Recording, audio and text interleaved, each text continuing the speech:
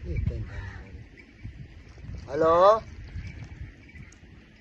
जी जी जी मलंगी पे बोले ना की कीता शादी कर ली छू ओ पलीत दे पलीत ये की कीता वो बेखैर तेन पता नहीं बे प्यो ही बैठा है ओदे कोल ही पूछना है एक तेन दसाऊं मेरे मत्थे नहीं सुहा लगना घर तो आना ही सुना है घर नहीं सुहावना ओदा मैं मणका त्रोड़ लेना उन विजय नाल बैठे तो दस चा भावे तेरे नाल आंधा नू पिया कोई नहीं बैठा जे बेली आई तो बड़ा का दस छोड़ो सो ओदी मैं सारा त्रोड़ लेना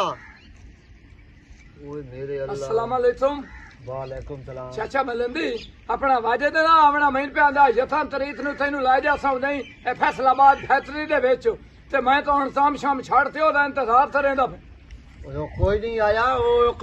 मुकाला खट्टी खलोता है मुकाला मुताला तरा ले ओए ओ मुकाला खट गया है वो शादी कर लई है शादी तार लई सो हाँ ते ओ तेरी बने ना नस होवणी ये तो हुन जिसल आया पता लगना है ना ओ किदे तार लई सो किदा पता नहीं किदे कर मैं नहीं क्या पता खुदा दी तो मां प्यो दी तबरा भी फोड़ सटियो वाह हां ये तो चल नु तेरे मोए दे मुंह तू असलाड़ नहीं तेरी बहन लाना मेरी बहन तो आवना ही कोई नहीं मेरे तो अंजे तई चाचा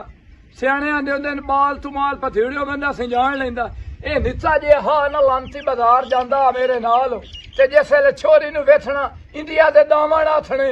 ते जेड़ा ईद ते दीविंदा उठी लई वदे हुंदे दत्तियां वाला ताड़ ईद ताड़